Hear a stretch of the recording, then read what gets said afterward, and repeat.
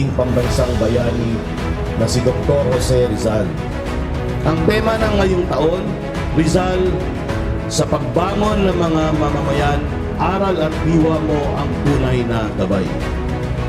Ay nagpapaalala sa atin na ang mga aral ni Rizal ay hindi lamang bahagi ng kasaysayan. Ito ay buhay na prinsipyo na patuloy na gumagabay sa isang bansang patuloy na bumabangon, naghihilom at nagsisikap makamit ang pangmatagalang kapayapaan.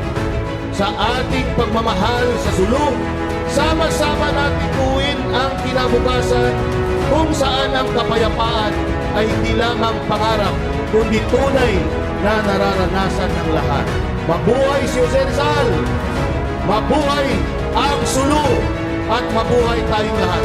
Maraming salamat po. Wassalamualaikum warahmatullahi wabarakatuh.